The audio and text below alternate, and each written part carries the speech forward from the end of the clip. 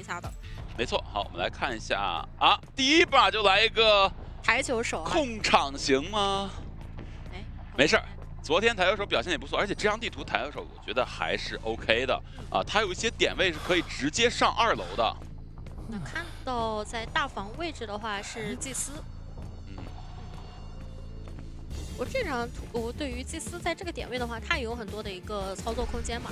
是的，看一下这边直接选择先交互，然后再打一个洞，他好像在等他打这个高低洞，然后再选择退杆上来，再去钻这个洞，浪费了不少的时间啊。因为我以为他想是直接是来到下面啊。我也觉得要下去呢。哎，这个洞也是打掉了，然后再通过自己的技能在前面那个板窗去拦一下。是的，不过的话呢，祭司这一局他是没有弹射的。你看祭司交了一个飞轮，但是还是没有规避掉这一刀啊，因为台球手这个惯性还是非常的快的。而且飞轮之后是没有第一时间进板的。那这边再交一个洞可以转到2板1窗区。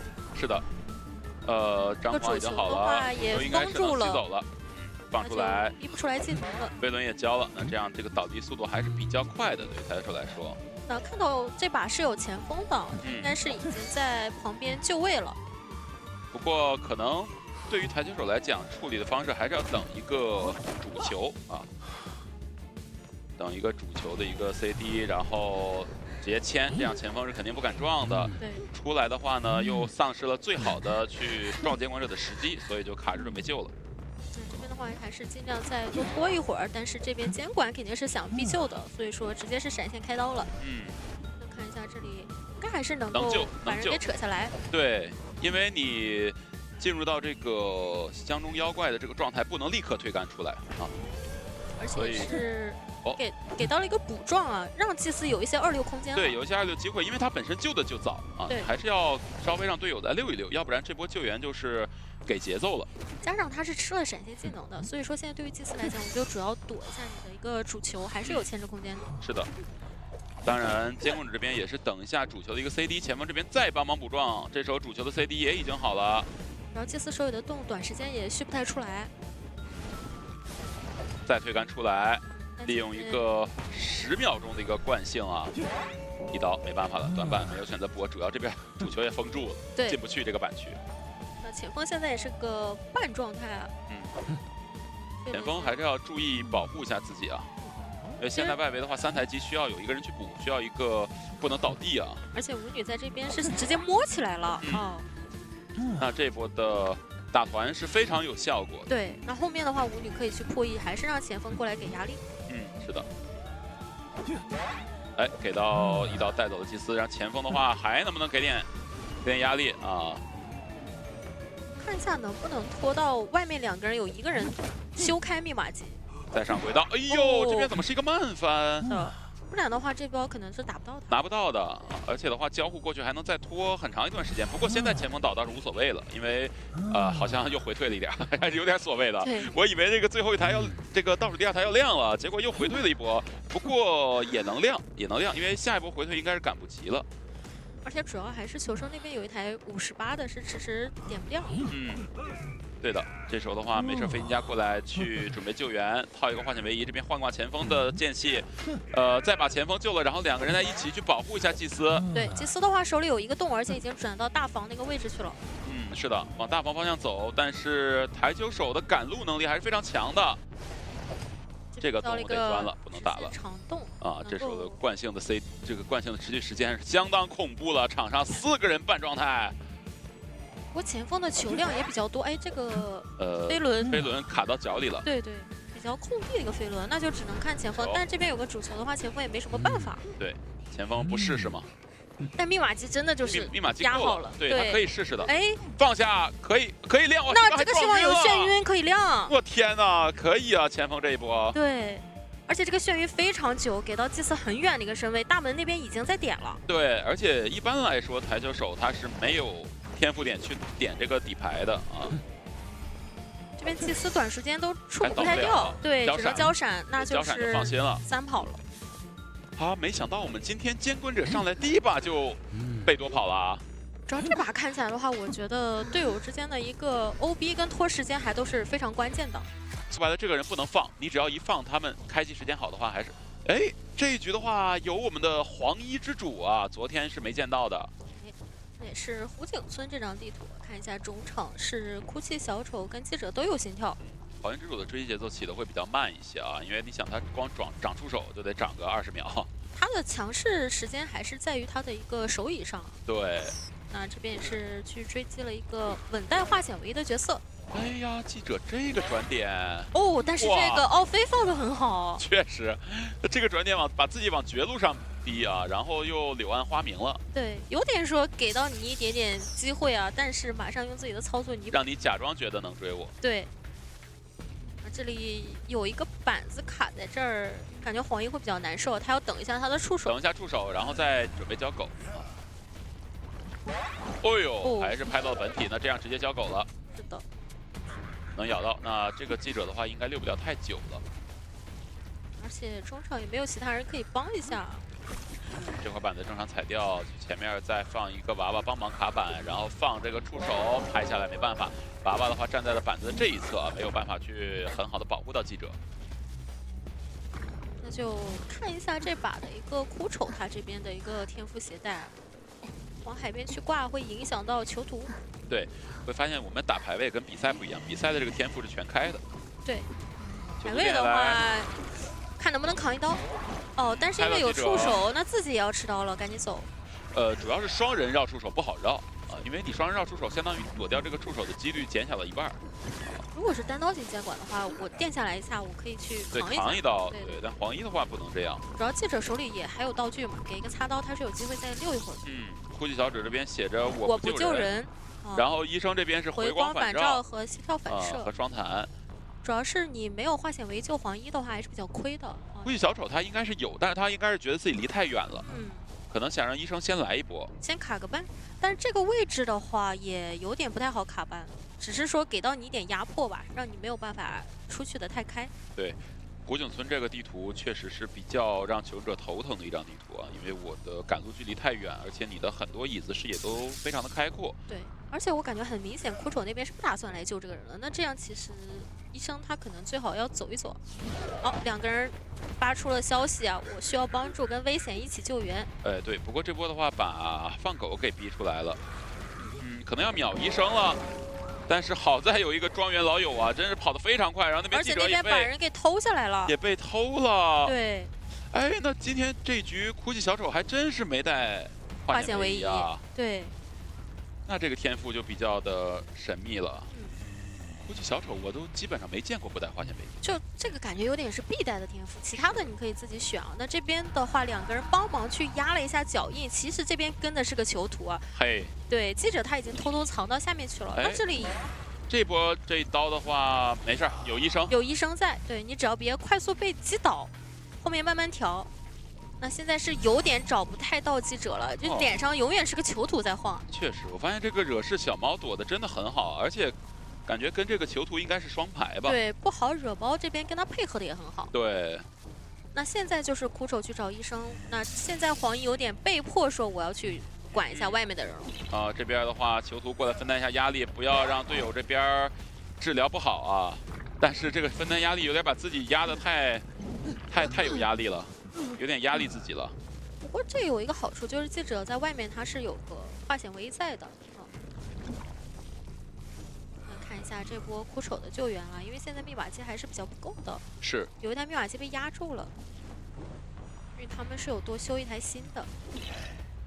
那他如果有飞轮，那这边两个人来救还是稳定能救下来。医生拍了一根触手。对，然后给到一个减速。没有撞晕啊。但有个减速啊，但是，他这波应该专心手椅的呀，但是不管医生，这波感觉有机会打一个救不下来的，博弈震慑啥的。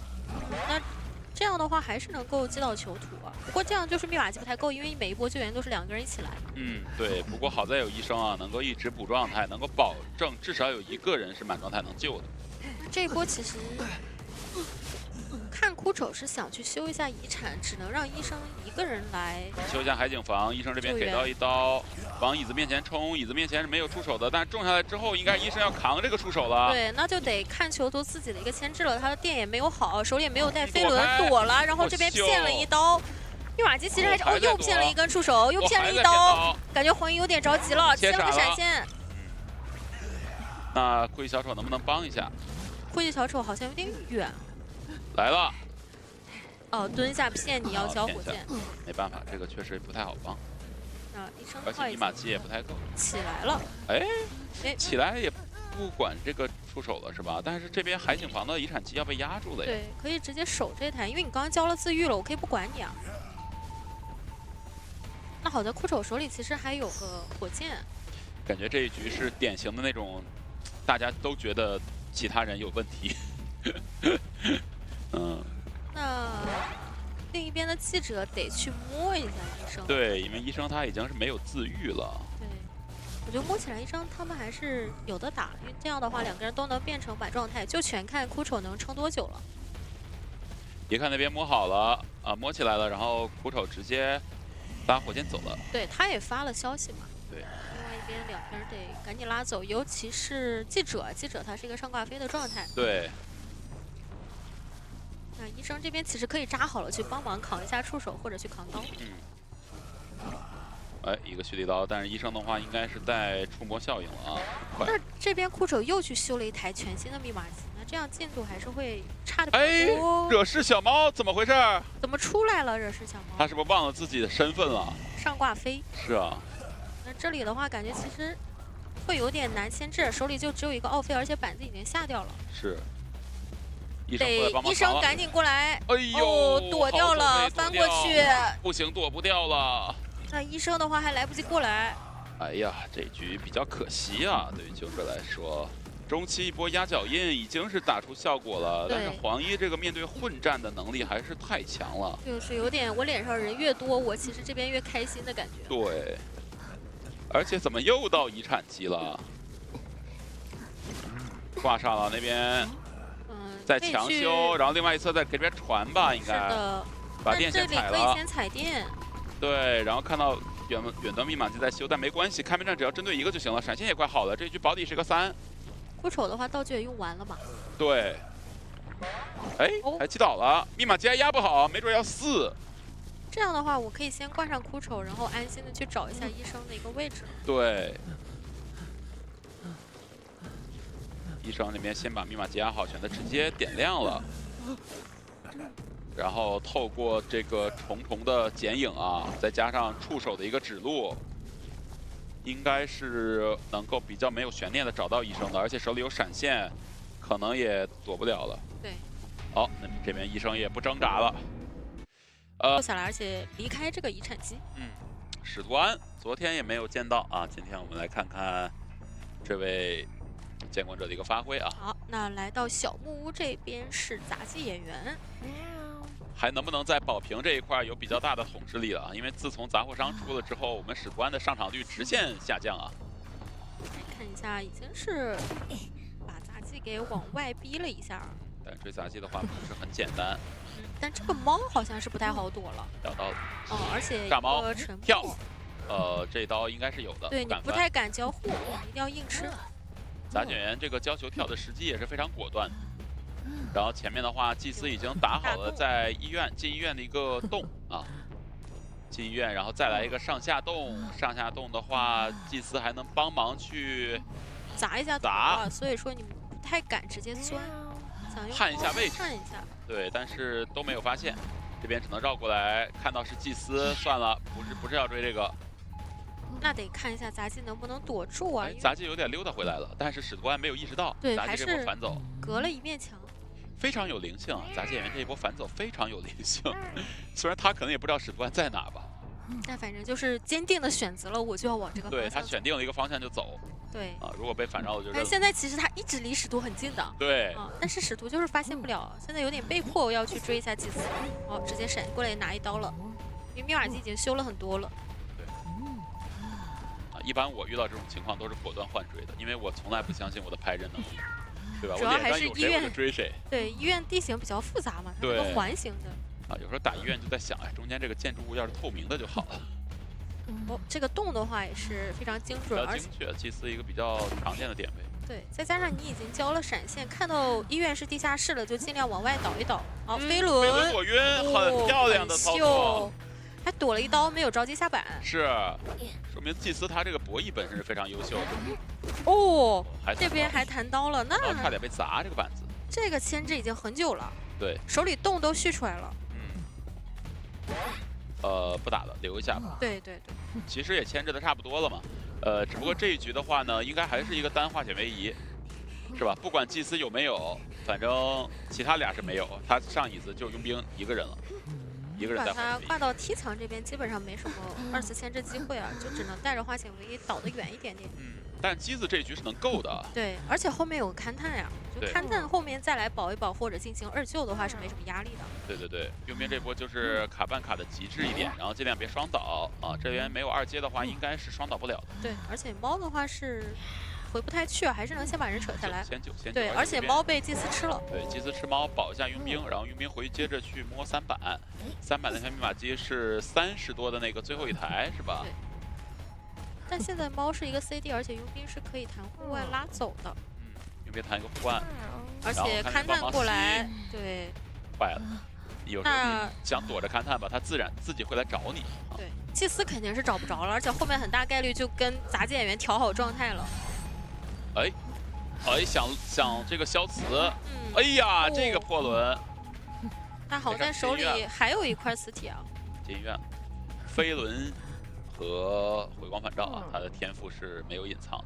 对，主要他拖的这段时间，就是让其他外围的人把状态都给调好。嘿，这边波原地跳，对，被挡了一下啊。那这个可能比较难受啊，因为勘探员这边是可以把你。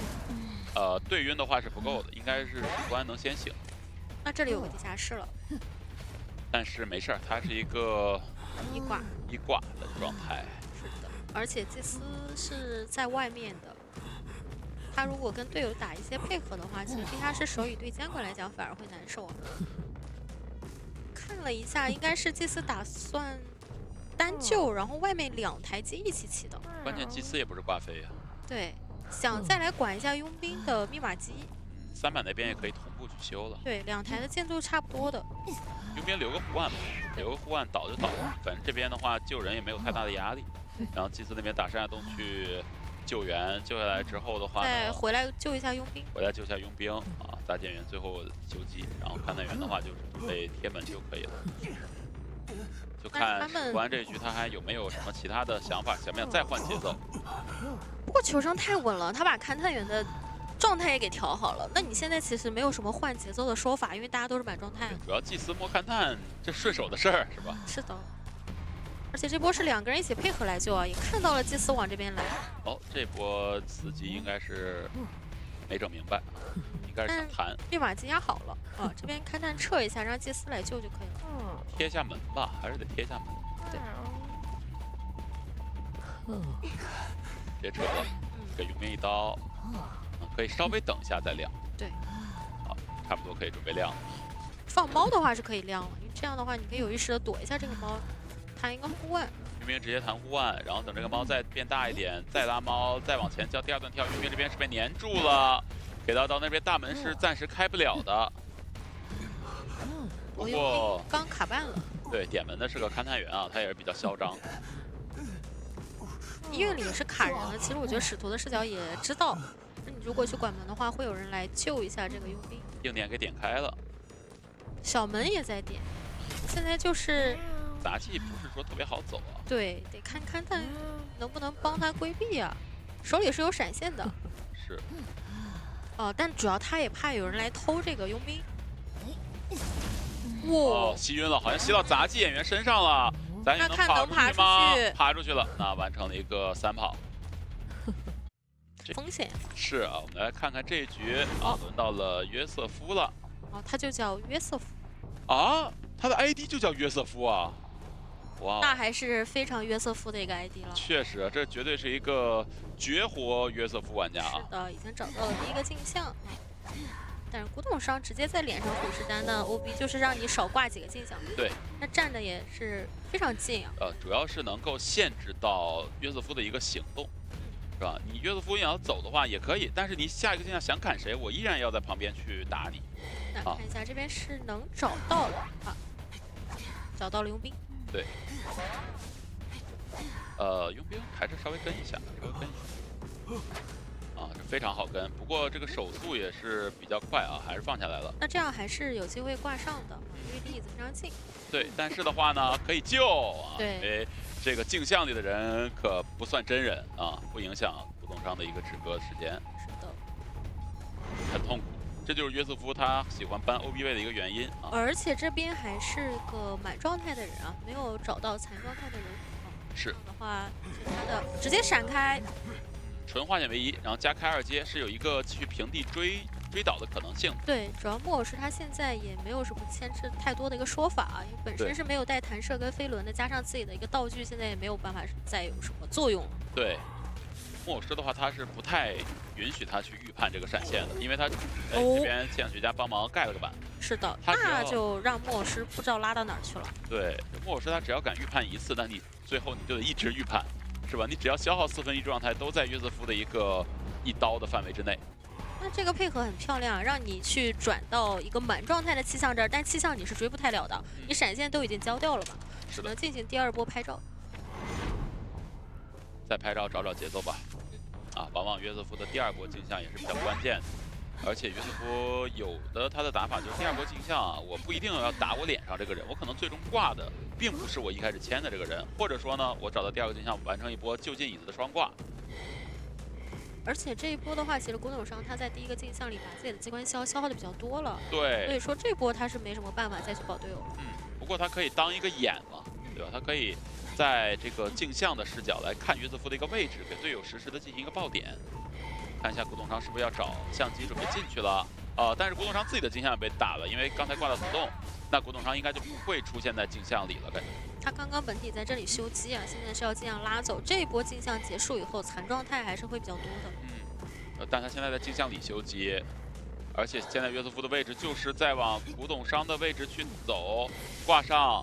这波是一个双挂，没有人救，倒2个人。不过气象那边马上能起来。对，但他还是能第一时间捡到，而且佣兵的状态的话，其实不太好救啊。他定位到古董商了。是的，定位到古董商。那看看气象要不要淋个雨，还是说佣兵双倒之后再找淋雨？看一下，佣兵是能双倒救的，现在。佣兵的位置也比较远。我还是佣兵，我先往这边贴了。对，因为其他人更远。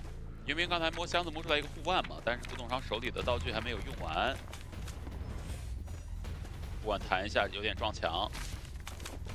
回排，这波就老老实实打双倒吧，老老实实打双倒，然后看看西乡要不要给佣兵淋雨。啊，正常给到一刀打佣兵双倒，然后看古董商这波能不能溜，但是有闪现很难溜。对，这边可以等佣兵红圈。闪现只要不空就好了。飞轮还是打到了，没办法，而且这个就算你飞轮扛到了的话，也是一个闪现倒。现在甚至还没逼出来闪现，甚至2个人还倒一起了，这节奏就来了吗？这个暖雨只能给到木偶师那边了，因为他还有对，还有化险为夷要救。木偶师的话，一会儿只能去教路易进行一波救援了。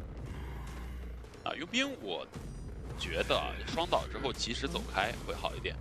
因为至于古董商他能不能预判闪现，就让他自己去操作。对，主要是你再怎么扛的话，监管有技能在手，还是很难把这个人保活的。关键你已经红圈了呀，对吧？你不能给他扛一辈子，等你倒了之后，他不是还是单追古董商，而且知道你倒在哪。对于求生者来说，让监管者知道的信息越少越好。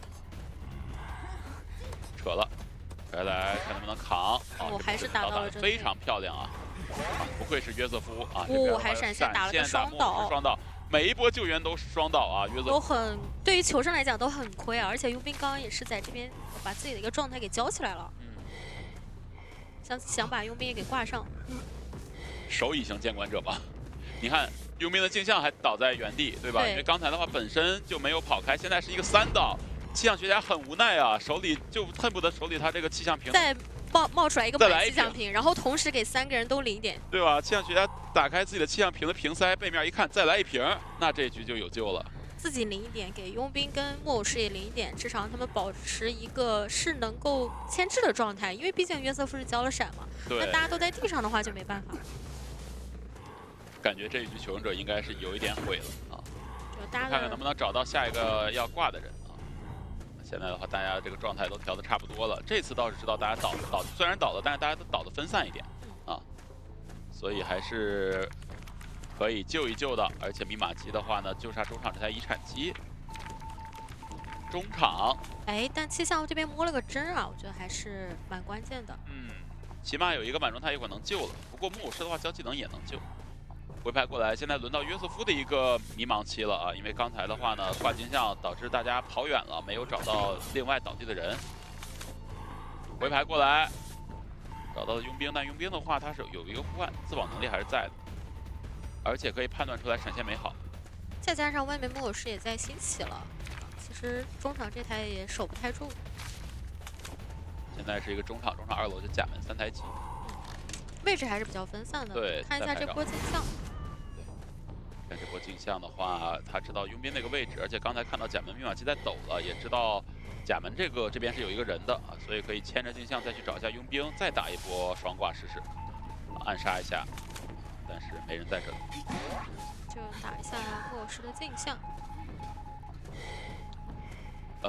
不签嘛，不签的话他是压迫求生者不敢修机啊，因为你不签我就没有办法看你放人之后反应躲你的这个暗杀。看一下中场，但中场也没有人，他们在修2楼。应该要回去捡镜像了吧？感觉。因为现在镜像时间也快结束了。对，要不然这局啥也没干。其实感觉，他这个选择也是没有什么问题的，因为如果说你是一直牵着木偶师的话，求生者这边抢密码机会非常的大胆。这波没有什么双挂的节奏。而且脸上卡着的是满状态的气象嘛，还是比较难。不过木偶师倒的也比较近啊。在2楼的话，应该知道跑不远啊。2楼这个人对，刚刚是有来到中场2楼的一个位置的。不过这个回排到了气象学家的脸上，手里还有飞轮，破轮了。那手里有闪现的话，其实是有一个终结的机会的。对，完全可以交闪这个节奏。对，交闪没人能救。木偶师还在地上。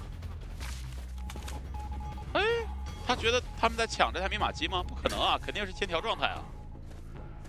不过他也同样，只要脸上有人的话，手里有闪现，两个都可以去尝试一下。现在他还是尽量有一个上挂节奏。对。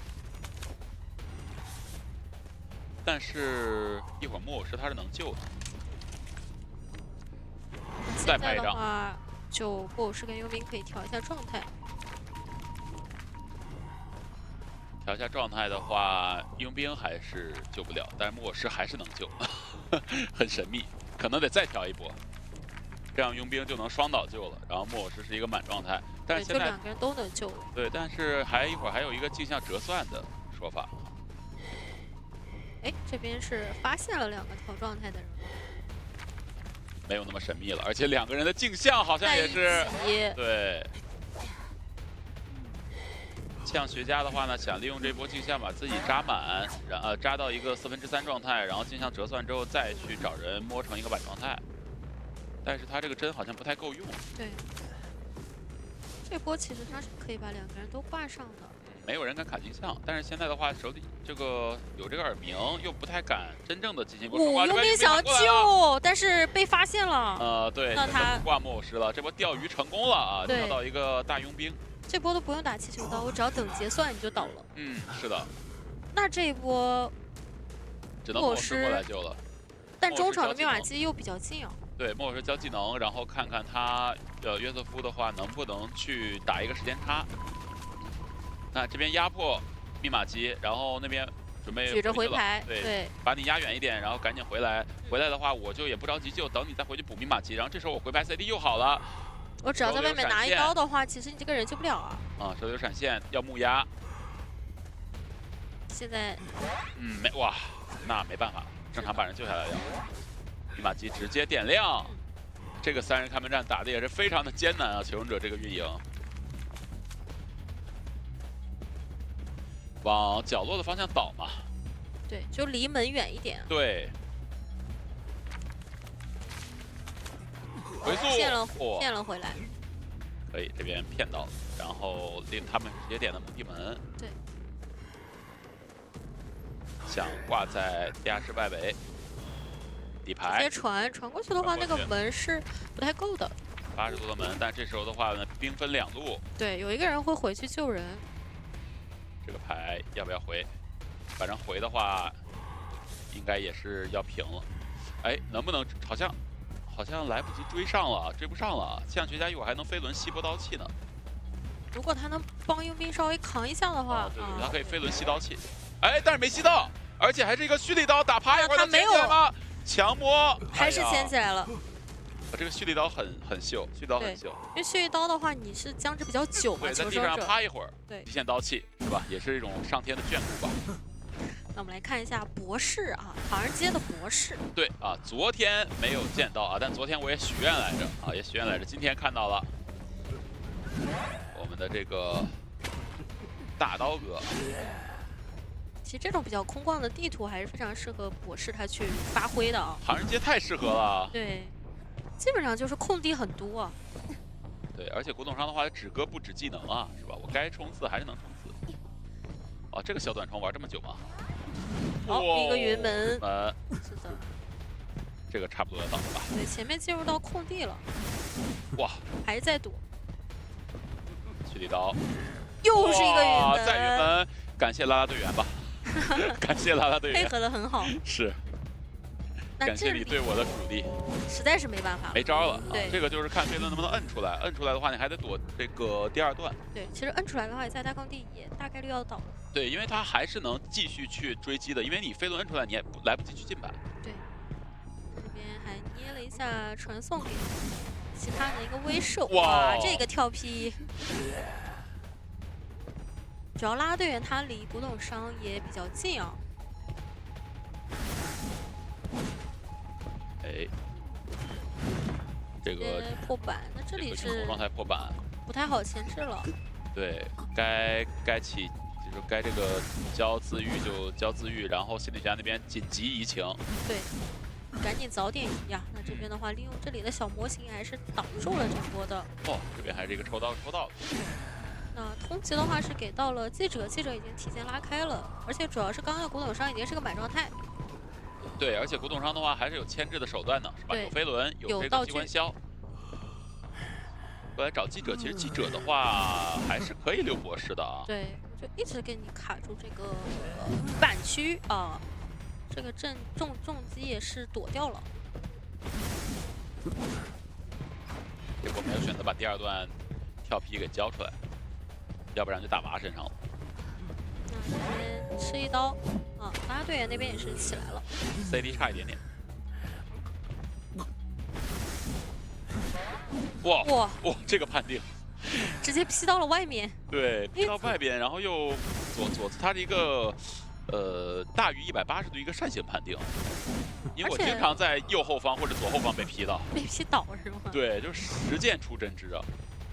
而且这里你追击到心里的话，其实就能让他们外面的一个调状态会难很多。对。不过没事儿，说打到后面的话，心理学家他甚至还可以。喂，哎，这个重击到天上去了，他这个高低差打不到的。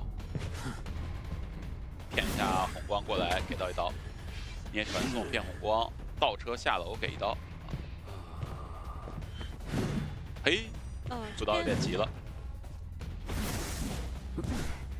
哇！哦，直接下楼了，确实是非常高效的一个赶路。确实，而且心理学家也没有防。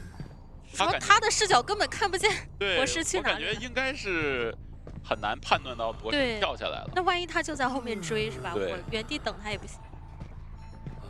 这个就是猜想。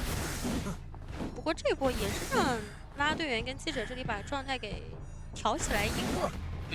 这波用娃娃断一下冲刺啊。其实密码机进度已经很多了。对，博士的密码期就是开局你会觉得很少，然后后期的话又会觉得恐怖。手里还有一个花球，哎，这边没有过去。啊，没办法了，这个地方太窄了，躲不开。不过啦啦队员手里还是有自愈的。对，他可以压满交一下自己的自愈。选择直接传送落地是一个一开始一追的古董商。啊，你看这个是身子的右后方劈到了，对吧？对。说明他这个判定是肯定是大于一个180度的半圆的。而且现在密码机80的一个进度。是的。应该是很难再去溜动。啊，他飞轮，然后再云门。啊，找到了可以牵制这个点位。那这样倒了的话，这台密码机还是没有人碰得上。嗯，但是的话也把监管者限制在这里了。就你现在不太好去管拉拉，如果你真的管拉拉队员那么远的一个距离的话，这台80密码机一定就开了。对，你看这边，这是拍拍小特啊，是吧？对，是丹丹。反正给你压力，至少保证拉拉队员把状态给调好，因为它是一个挂飞的状态。对。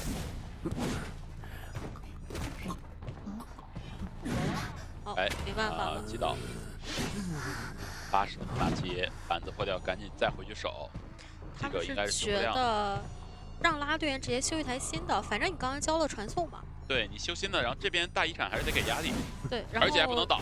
记者是满状态啊。对，因为记者在倒的话，记者没自愈，心里没自愈，就大家都没自愈了，是吧？大家都没自愈了。这台应该是强修不开的。对，都没自愈，那传送好了不是4抓了吗？不过拉拉队员也没修了。主要是他那台是修不够的。对，这边要牵制很久才可以啊。监管者在追拉拉队员，记者躲好别被发现。不是，大家都没自愈了。这个已经有点没招了。最开心的局面，哇！这边重击一段重击还中了，第2段追击直接击倒，完成了一个4倒。我很久没有看到过博士的一个4抓了。再过去挪个地窖，都不用挪了，不用挪。他的那个淘汰进度有点撑爆到后面的话，你自己的一个牵制是比较受限的。好，哟，我们还有梦之女巫可以看啊。中场这边寄生了一下前锋。梦之女巫打湖景村还是有一定的一个优势的，打这套阵容的话，感觉也还是可以的。就看看这个追击节奏怎么起了。看一下前锋那边是自己捡了一个圈，然后这里打算封窗，然后让原生去拿一刀了。本体封窗，画家居然还选择在窗口待着。其实他应该早一点走一下。他应该在窗口和洞之间去做选择。对，然后看到原生上来那个方向。对，我再去跳洞啊，我不可能去等窗啊。对，因为我跳洞的话，你得控原生才能跳洞，要不然你原生会绕路的呀。啊，这边在一个放狗。咬到了，对，感觉没什么牵制的机会了，也没有什么时间去。这感觉就是太久没遛过女巫了。好，还给到了一个震慑，很亏啊！1分钟倒地，而且主要你前面给前锋一个寄生，他自己去驱信徒了，导致外面其实就2个人在修。对，前锋还是个双弹飞轮，纯 OB， 但是这局打的梦之女巫她又是废 OB 的一个这个角色啊，所以说你前锋相当于这把发挥不了任何的作用，还拖累修机速度。对，啊，得让记者过来啊，看一下记者的一个位置。监管者传送到了海边石滩是什么暗语啊？是说原生信徒在海边吗？好，感觉这里前锋是想跟记者配合一下吧，就大概觉得我要救，其实是让你的信徒过来。配合没事啊，你们尽管配合，密码机不动就可以，随便配合。打针对了要。主要是记者看起来想直接扯，我觉得他可以放救人娃的。是，抓到节奏了，你知道吧？有时候就是这么的妙。就是正好求生，也就是这么想的。我看前锋也有点够呛了啊。我觉得要不前锋等一会儿把记者摸起也行。行，撞对，反正我觉得徒手救实在是太难受了。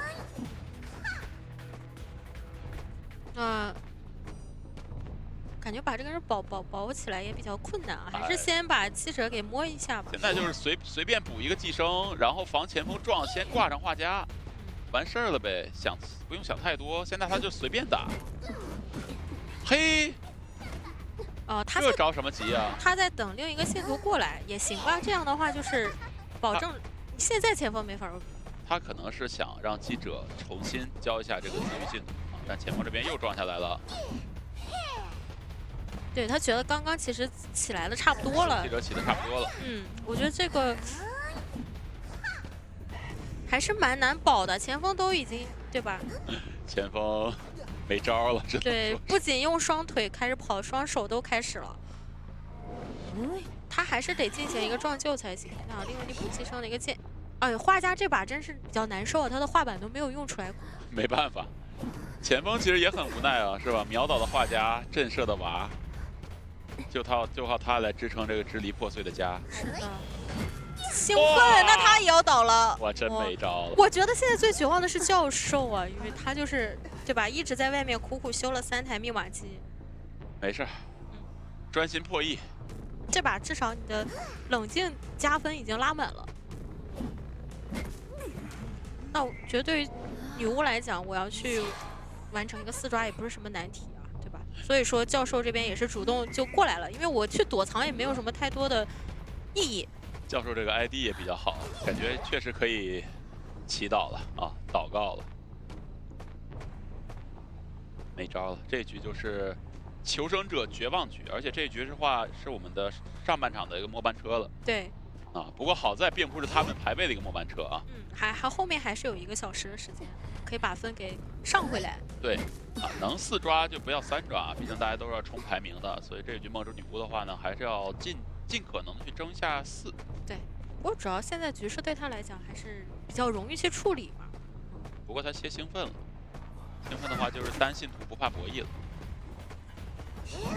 好，打掉了教授的一个状态，我觉得教授的话也是想多去救援一下。对，教授有一片应该是稳救的，而且这边原生图本身追不上。椅子前当时是没有信徒的，没有给打扛到。得很好。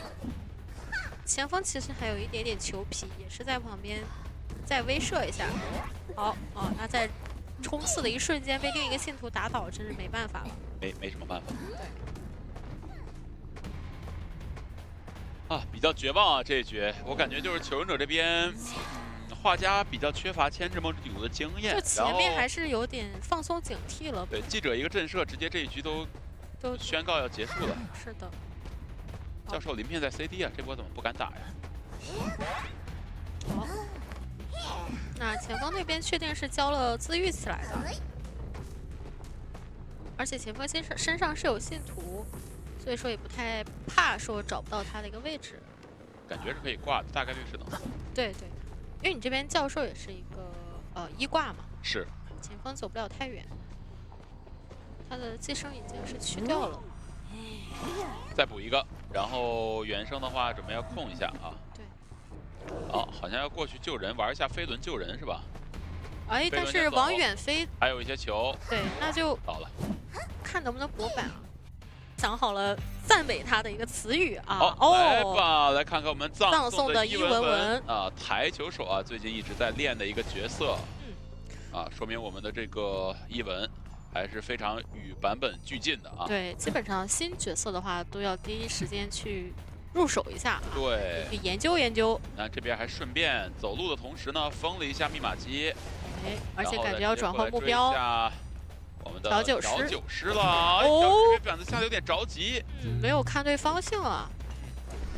哎，不过这个击球点不太够用啊，这还得等一下 CD 过来下板，但是没事，有惯性，而且手里还有一个骗到了加速9，好像能回上，感觉可以一直往前冲就行。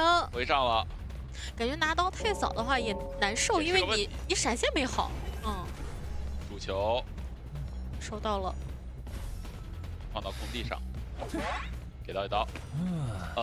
这个感觉轨道还能稍微利用一下，但不利用的话，前面击球点又有点不够用了。我看一下前面应该也没有什么人能帮一下，桥上是救人位。过来应该是要倒了这个位置。对。能省闪一个惯性加冲动啊，一套加速组合。看一下这波手椅吧。密码机的话2台半啊，因为守墓跟杂技外面是一直在满状态去修的。对，哎呀，想控一下这边密码机，但是连几秒钟的时间都没给留啊，直接不给回退，守墓直接点亮了。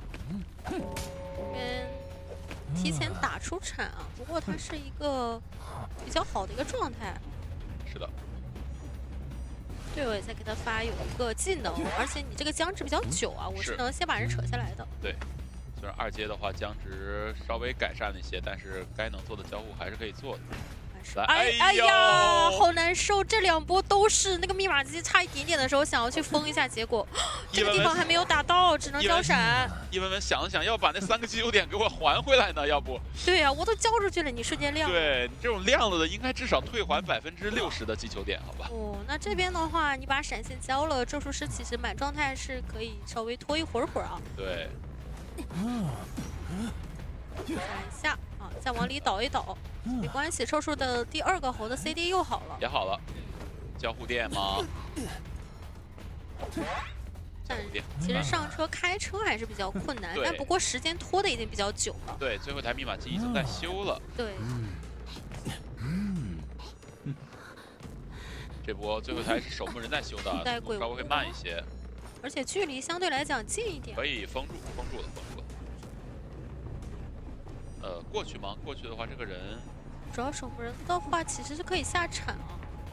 这个击球点放的有点远啊，再回去的话还能追到调90吗？放一个击球点，再改变一下路线。哦，有放主球吗？没有放主球。放主球了。那看一下这边，主要咒术的猴也没有吸出来了。是。现在他有点跟不上，他还在车的前端位置啊。对。那现在对于球生来讲的话，可能要再去多开一台啊，因为那台密码机是抢不太开的。好，最后半台密码机啊，优势在我。咒术已经在起点站新开，然后那台残机的话，他们是交给了状态比较好的杂技去给压力。其实可以看到50多的一个进度的话，也可以在起点这边稍微逗留一下。而且这边3台密码机都在新起了。上去找一下杂件员的杂件员非常能溜啊。对，主要这个位置加上他的一个道具也是比较满的，他前面破译过的手里的球也是多的。对。想再去封一下咒术这边的一个密码机。是的啊，不过这边推杆的落点还是有点痛苦啊。但其实主要是这边对于台球手来讲，他最多管到咒术跟杂技嘛，但是守墓那台守墓人应该是管不到的。对他实在是管不了。这边回退过一波之后，再去鬼屋找一下杂件员，但这样的话，守墓人密码机应该是要能亮了。对，主要还是这2台给压力的人都满状态啊，所以说你没有办法做到过来就给他秒击倒。就算现在去管守墓的话呢，他手里也有一个再控一下残场机，但是起点那台就有点控不住了。是的。现在就密码机虽然都在回退，但是量都很多。鬼屋那台密码机是很多的。对。91、94、95、96、97、98、99，他是满状态，所以说他敢于在这边给压力，因为外面队友也在修。对，放个主球，但是没法修。不过来压，让咒术那边压，现在已经没有办法管他那台密码机了。密码机是够的，现在主球也没有。没把闪现给交了，但是这个身位还是没有办法第一时间再给他补上第2刀。少了个主球，主要是如果有主球的话，应该这波是能秒的。就是我在前面交互点再放啊，但是刚才主球已经用过了，过来先处理一下站台的咒术师。对，但我感觉咒术的话其实是有牵制能力的。但他被这个栏杆对，然后他下来的一瞬间被栏杆卡了，对自己卡膜了。那再过去溜达看还能不能逮到杂技啊？应该是追不到了。起点跟终点的距离还是比较远啊。对，当时杂技是从鬼板直接就转向终点站了。是的。啊，这波的话也是平平淡淡啊，这是本场第1个平局啊，好像是，也是完成了突破啊，应该是没记错的话。对，主要这把的话还是后面球生庄园访客1表现的比较多的干扰。哦，这不就来了吗？我们的红蝶啊，也是有过一些小改动啊。而且小哈的话也是红蝶的绝活玩家了。是，感觉这个有韦伯，然后再加上肌肉记忆，猛翻，很敢交互。对，再加上一个板弹射，但是这个跟飞强电，哎呀，但稍微绕了一点，不过还是能够翻出去。对，一点点小迷路导致身距不太够，摸出一个电场。我电场哪去了？好像没摸到啊，没摸到。感觉这一波其实对红蝶来讲还是赚的。我直接飞，哇，反应很快。感谢肌肉记忆。是的，翻的真快呀。那看一下前面的话就比较难受了，因为板子也没了哦，还有一个双弹加飞轮，距离，哎呦，太有用了！囚徒就得带双弹飞轮，你知道吧？最是为了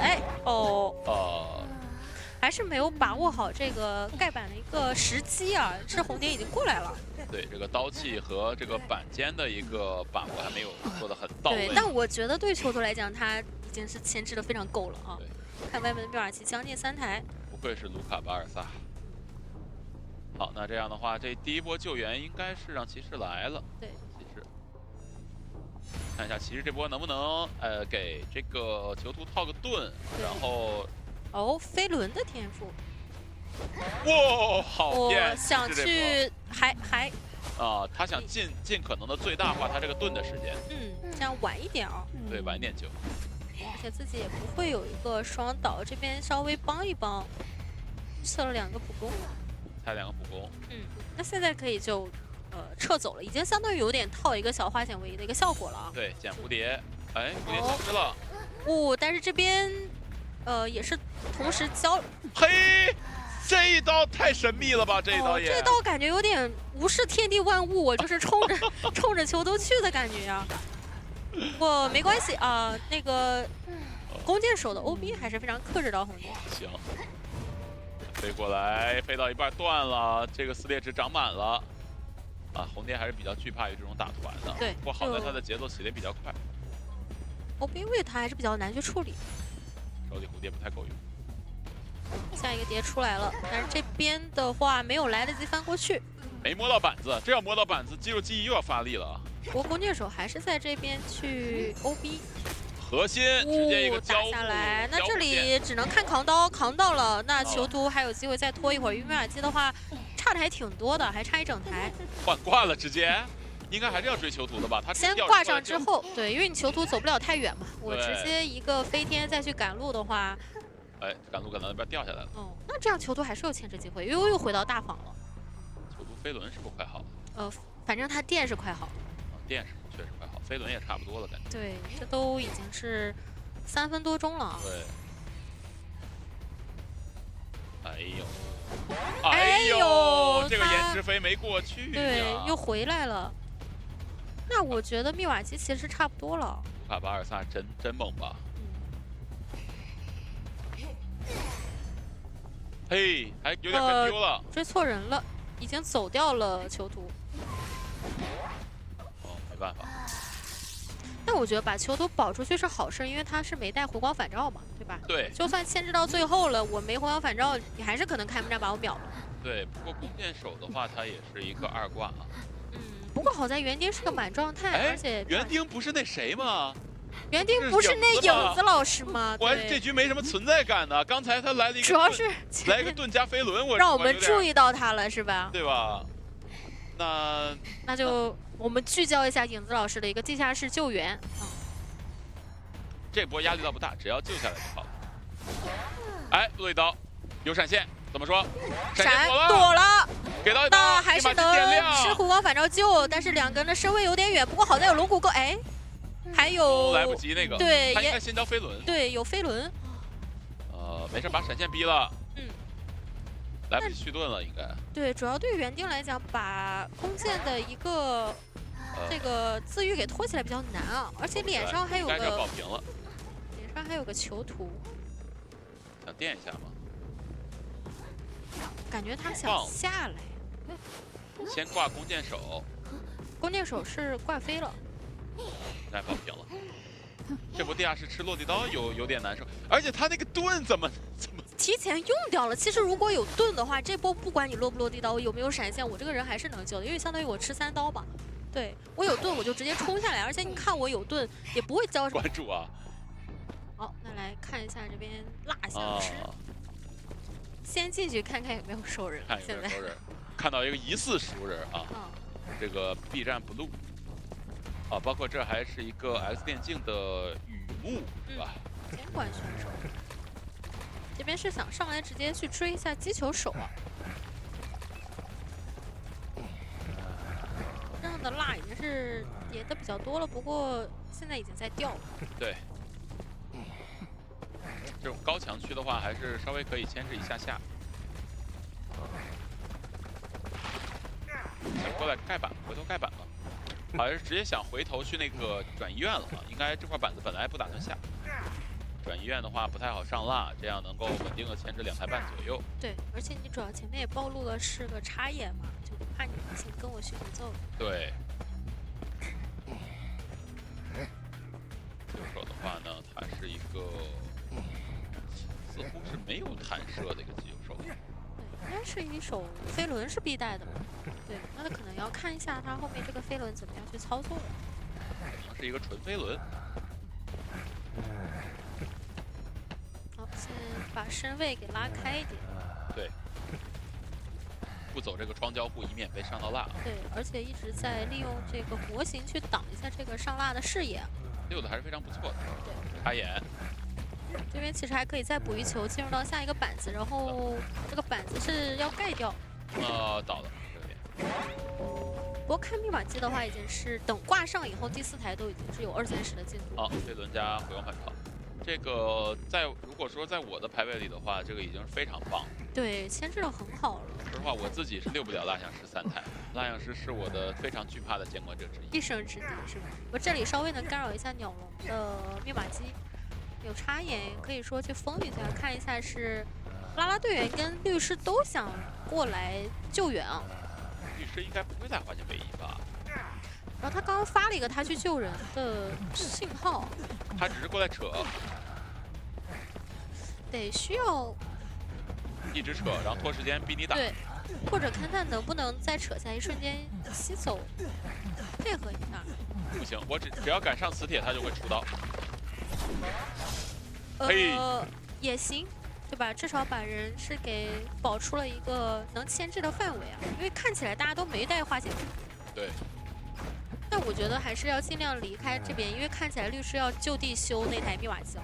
好，现在大家都就3个人过来打团，然后律师1个人起新机，而且还不是这个鸟笼或者3板起的这个2板一窗。是的，这个激励层数叠的已经比较多了，你看这能不能？哎呦，22层，难受。还好，还不是最难受的情况。24是最难受的，越接近越难受。那这样的话就是有一个问题，你最后还是没有带走这边的一个遗产嘛？不过也没2阶，还能再打一波。就是要拉拉队员过来救，这边那边还要控词。是。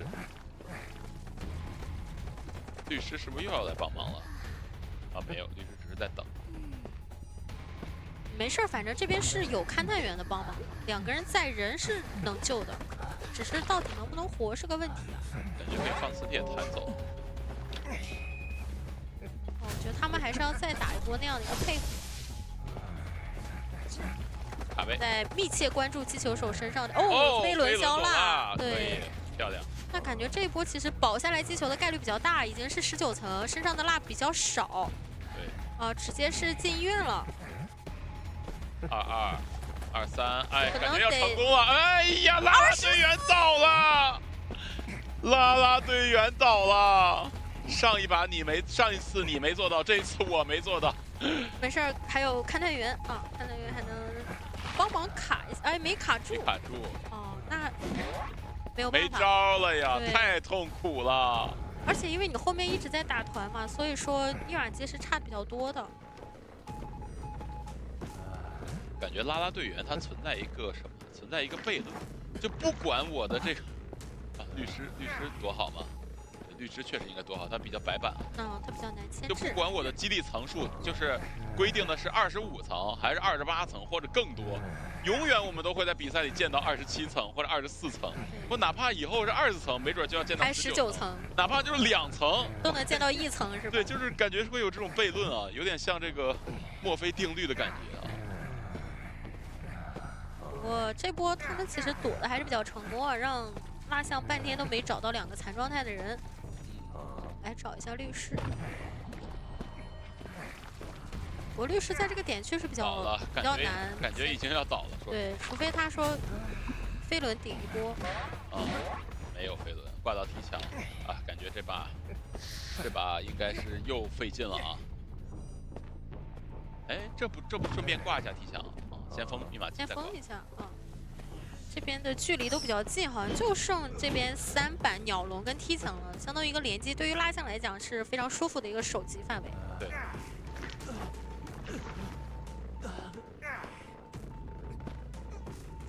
那边其实修不了多少啊，一解封就会被封。对，再加上插眼，这边赶紧把人救下来，只能靠救人，然后让他再去追击这个2挂的人，去缓解一下压力。这个磁铁还没有丢到，对，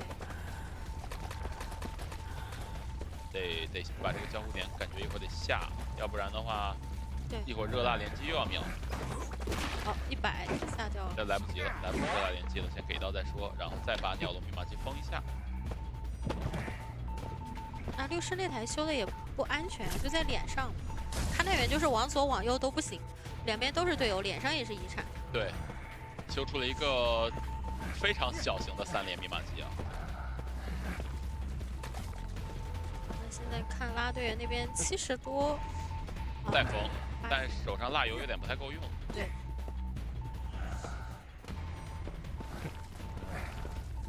就在绕这个踢墙的模型的位置啊。对，不过这里看起来勘探员是不打算去 OB 了，因为他要和拉拉队员去换位了。对，拉拉队员满状态。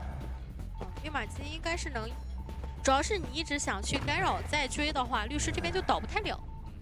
97密码机封住了，律师拥有出色的防反绕能力和贴模型的能力啊。对，刚发了一个快走，我走地窖，但奈何密码机是被锁了，而且这边防止你是压好了嘛，我直接是烫到。对，不过这个时间差要把握好啊。对，如果说救下人来，因为律师现在是一个挂飞了，对，如果说救下人来，密码机被封亮不了，所以说一定要紧贴密码机，亮，哎，亮了。贴闪现，闪现，贴闪现，律师就不贴了，但是没办法，还是倒在这儿，第一时间把门点到。勘探员得稍微拖一下时间啊，因为这边如果第一时间往门口放蜡块的话，门还是会被封住，不能让他封门。能不能不让他封？99点开了，但是勘探员不太好走，我感觉。给一个小加速。有激励，看一下。换位帮忙扛蜡，不敢换了。他有一个骗飞轮，哇，很细节，最后时刻，雨幕还是人，手椅的时候，手椅也没丢下来。好，来拉你的天王啊。这是调整之后的一个佛教羊，我们看看它的表现如何。脸上是个机制，它的机制还是没有改变的啊，只不过是在笼子内的这个交互减速是没有给移除了，所以球上其实有更多的操作空间。对，那这一波已经利用狗狗战术是让监管半天没找到人，那挺好呀。上来的话，谁愿意溜呢？是吧？都是能躲就躲。但现在被找到人就有点压力啊，因为我讲的愿力很多。但是前锋一直贴着边儿走，跟钻交球，再到另一边，哇！这个笼子就要废掉了。对他交球的话，他其实不走对角，还是很聪明的前锋这波前。这边终于找到了其他想追，其实前锋一直在中场嘛，他还是不太想去追击这个目标的。对，园丁这边飞轮也好了，然后再跟钻过来下板，在板子另一侧，我再钻过去了。哎呀，难受。前面2个笼子什么都没拿到。是。这边几乎是一个小单向笼吧，因为另外一侧的话钻不了的。在地图边缘了已经。对。好，倒了。对，不过看一下监管带的是个时长的话，其实这里是很有机会踹到密瓦基的。哇，预判撞这一波很帅，虚盾了。虚盾的话，打前锋一刀。刀前锋。其实前锋看到虚盾的话，还是第一时间跑开会好一点。因为这时候监管不太可能再去管园丁嘛。现在园丁的盾也不一样了，园丁的盾人家现在可是能够扛多段伤害的。是的。手这边被抽一刀也无所谓，反正也是没有放牢笼的。对。而且只要撑到那台76的密码机开掉啊，这一波就很赚了。你会让监管的市场没有地方交啊。对，没地方用。这波把握这个距离。交互不交，哎，还是交互了，可以。主要也没有像我们刚刚讲那种减速嘛，是有机会去博弈的。对。那看一下前锋刚刚是在淋这个暖雨啊，所以说那台密码机没有第一时间修。不过现在的进度应该挂上以后也能开，对，也能开。够亮，够亮。还在威慑试探一下前锋，敢不敢撞是吧？敢撞的话，我就给你一个狠狠给你一个1/4起球刀。啊，真的好有压迫感，很有威慑力。威慑力比较低。当然，这个密码机进度其实已经是非常多了。对，而且技能也交不出来。看第4、第5台能不能找机会踹这波手椅，能拿到节奏啊。货车骗了一下，前锋这边比较稳，还是正常的吃到救了。他没有化险为夷，看要不要再接着跟一会儿。而且园丁是有2次牵制能力的。哎，这边是迅速来这边自己造了一个黑龙，对自己过不去，那可能，哎呦，还要再废一个笼子了。对，90多的那台密码机要亮了，这个时候是不是想去踹一下？这台密码机是多少？90？哎，哦，50，还行。真的很紧张，90多。我还说这都不强亮吗？啊，原来人家是50啊，非常的理智啊。对。看一下律师现在已经是修得非常快的一个状态了，马上就在外面新修一台。对。然后你能看到前锋本身就交互比较快嘛，他现在就一直在监管脸上给到你压力。反正我是修的最慢的一个。对，律师这个角色，他只要你放在外边，你就别指望密码机不够了。对他修的是很快的。看一下地下室的位置。哦，好像是在大门。对，不在脸上。不在脸上。外围已经起薪了，这边就无所谓了啊，给了一个1/4气球刀。行，反正也差不多。对。是合作救援呢，还是换律师过来呢？如果园丁那台也比较多，其实可以让律师过来一下。但律师好像没动，想2个人一起救，看这意思。救了，气象学家倒了，但是，前锋还是被救下来了。对，园丁那台比较多了嘛，都已经78了，这边是不是要往园丁那边牵一牵？对，但是律师又可以起近点的了。对，主要进度都很多。还是可以，律师先过来救，然后让那个谁，让前锋起近点。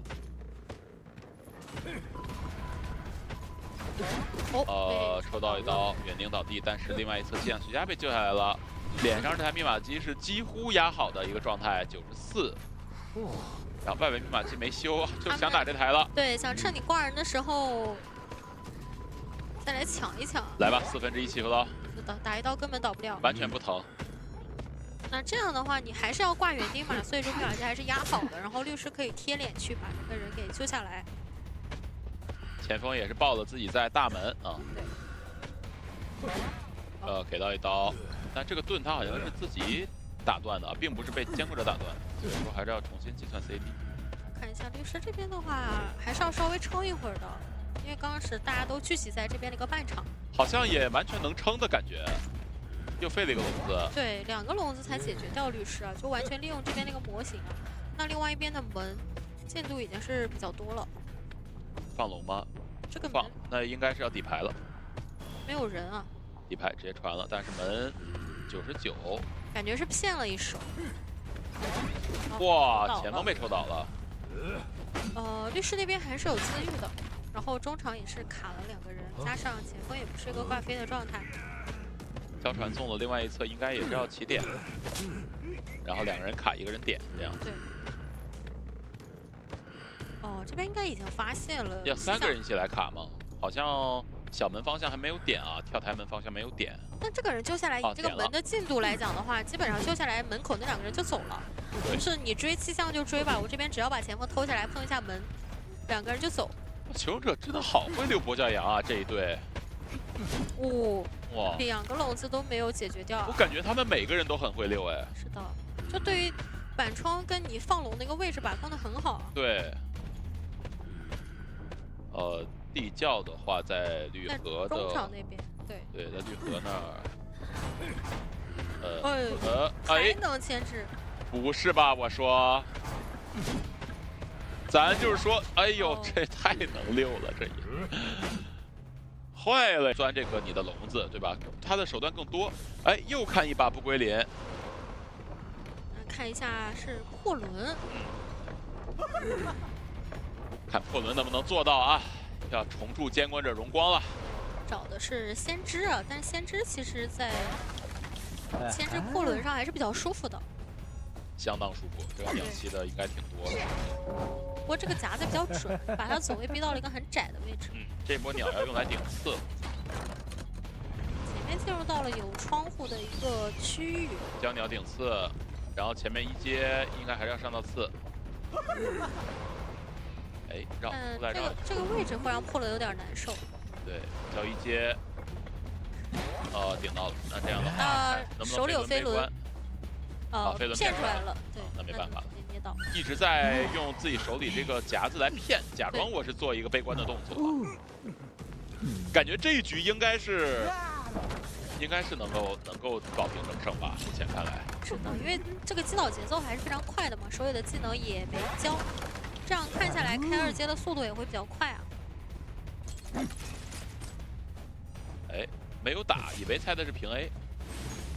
啊，但结果猜的是技能，给到一刀，然后等这个刀擦完之后，正常把这个人给救下来。但是你刚才吃的是一个3/4状态啊，这个盾保不了你啊。对，而且先知他刚刚的飞轮交过了嘛，你现在这个2阶破轮的话，其实没有什么前置的说法了。对，你想保先知其实是不太现实的，但是先知有鸟，我这个很准哦的夹子呀，我从1楼往2楼扔就是随手的事儿。确实，感觉丝毫不费力气啊。对，厉害，只能说熟练度高啊，非常棒。而且到现在手的技能也还在啊，就有机械在外面的情况下，其实米瓦基还是差的比较多的。不过其实这边交了自愈了，我来看看能再击到一波，没有2阶暂时。想滚2层刺吗？滚2层刺变身再击倒。那另外一边人扯下来了，稍微跟错一下，已经让先知到了2楼。这个点稍微绕一绕，因为现在手里1阶还没好。对，刚刚交在骑士身上。在2阶变身，我觉得1层刺加一个比较精准的夹子啊，这边鸟也没有吸好。那这样挂飞之后的话，米瓦基差的很多呀，而且现在大家其实牵制起来压力都比较大的。对，不过借势的娃娃能够把骑士给摸好，而且骑士刚才刺也被拔掉了。对，3个满状态去打，还有个飞轮。对。哎，这个1阶还是蹭到了。飞轮躲掉了2阶，然后直接闪开3/4刀。赶紧抓节奏，然后我再变身去控一下场。过来交了一个粘土球，有2阶。对，那现在就不能吃甲。对，而且咱检员现在还有1秒钟这个球的 CD， 这个夹子应该是吃不到的。对。跳球，然后再等下一个夹子啊！悲观走了，悲观换追了，但是这个密码机已经非常多了，不知道来不来得及管啊？过来去找一下。如果管机械的话，那台是能亮的。 2台好像都能亮。对，而且没有第一时间找到人，直接点亮了。不是第一时间去密码机的方向的。那这样的话就是骑士在一个门，然后戒指在另一个门，飞轮。 因为是有挽留的，所以说，那他们一起走小门就好了。哦呦，还砸了个头。看地窖在不在绿河方向？好像在，但是会远一点点。对，好像有些机会啊。主要是这边有一个荡绳啊。有些机会下来，得看这个走位躲夹。走位不太敢捏，躲开了捏的话有加速。对，手里没有夹子，要被3跑了啊！太痛苦了这一局，前期节奏也非常不错，保平了。 哦，我们的庄园主，看看噩梦啊！哎，其实今天好像监控者优势图还是挺多的呀，对，村看好几局了。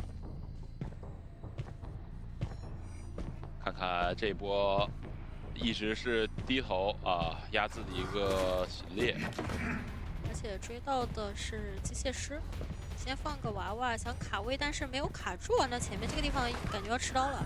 第一刀是要有。对。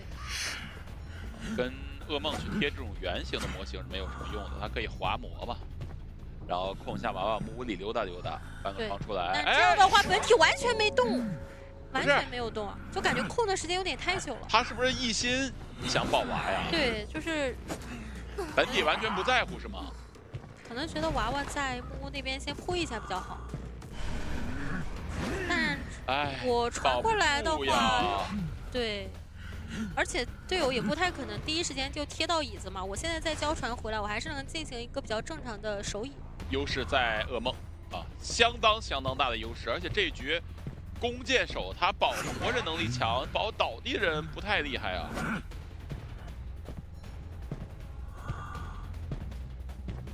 而且弓箭手目前没什么行动，他想把自己的第一台密码机亮了再说。我觉得这张图还是要先亮啊，不然放手一台大遗产再跑回去折返去修，就代价比较大。相当大呀！倒了。哦，还想放娃卡刀。这个位置的话，因为他没有什么板区去做掩护嘛，所以说很难说让看你卡刀。对，机械只能看抬手，看能不能多拖一个擦刀时间。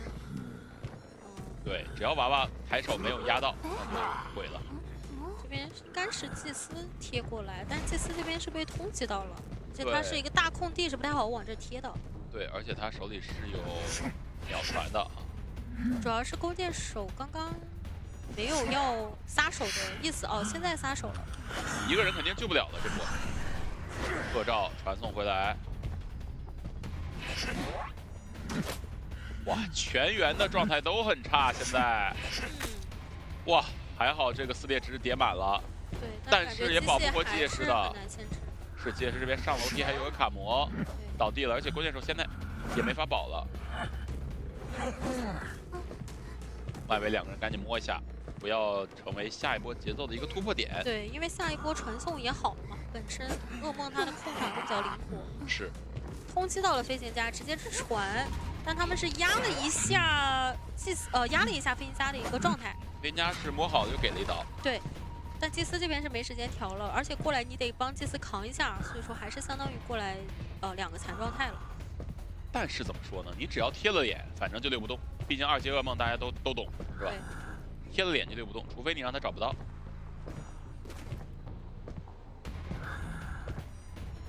祭司这一波手里还有洞。把这个洞打掉，然后借着这个打洞之后再跟2下，然后利用一点小模型，还是规避掉2个突刺的。是，板子下掉，然后这里到这一侧没办法了，密码机还差1整台呢。而且外面2个半状态谁都没有办法救，但是你不救的话呢，噩梦是完全有机会出去的。对你修不踏实，也救不了人，这一局的话已经成为一个死局了。